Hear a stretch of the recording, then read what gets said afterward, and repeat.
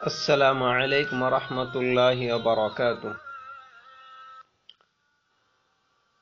بعض لوگوں نے صرف ایک صورت یاد کی ہوئی ہوتی ہے، قرآن پاک کی صرف ایک صورت یاد کی ہوئی ہوتے ہیں۔ سورہ اخلاص کسی نے یاد کی ہے تو ہر نماز میں اور ہر رکعت میں وہی ایک صورت پڑھتا ہے، تو یہ مناسب رویہ نہیں ہے۔ دیکھیے، نماز تو ہو جائے گی، اگر کوئی کہے کہ نماز ہوگی یا نہیں ہوگی، نماز تو ہو جائے گی، لیکن ظاہر ہے جب آپ ایک ہی صورت کو، باقاعدہ علماء نے لکھا ہے نماز میں توجہ حاصل کرنے کا ایک طریقہ یہ ہے کہ انسان مختلف جگہوں سے قرآن پڑھے۔ کیوں؟ اس لیے کہ جو چیز زبان پر رٹی رٹائی ہوتی ہے وہ تو پتہ نہیں چلتا، معلوم ہی نہیں ہوتا، زبان سے نکل جاتی ہے اور ختم بھی ہو جاتی ہے۔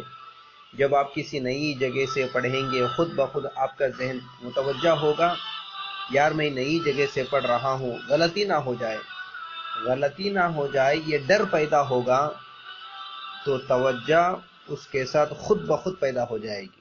تو کوشش کرنی چاہیے آخری 10 سورت یاد کر لی جائے، اور اس سے بڑھ کر کم از کم 30واں پارہ یاد کر لیا جائے۔ اس کا اہتمام اپنے بچوں کو بھی کروانا چاہیے۔ پورا قرآن اگر کوئی یاد نہیں کر سکتا، کم از کم ایک پارہ تو وہ یاد کر لے۔ ایک پارہ یاد نہیں کر سکتا، ایک طریقہ یہ بھی ہے، تو ہر سورت کے آخری 3 آیت یاد کر لے۔ سورہ بقرہ کے آخری 3 آیت یاد کر لے، سورہ آل عمران کے آخری 3 آیت یاد کر لے، تو اس کے بعد پھر اسی طرح سورہ نساء کی آخری 3 آیت یاد کر لے، سورہ مائدہ کے آخری 3 آیت یاد کر لے، یا کسی سورت کی ابتدائی 3 آیت یاد کر لے۔ تو قرآن کریم کے اندر 114 سورتیں ہیں، اگر ہر سورت سے 3 آیتیں یاد کر لیں گے تو آپ کو قرآن کا ایک بہت بڑا حصہ یاد ہو جائے گا۔ اللہ تعالیٰ عمل کی توفیق عطا فرمائے۔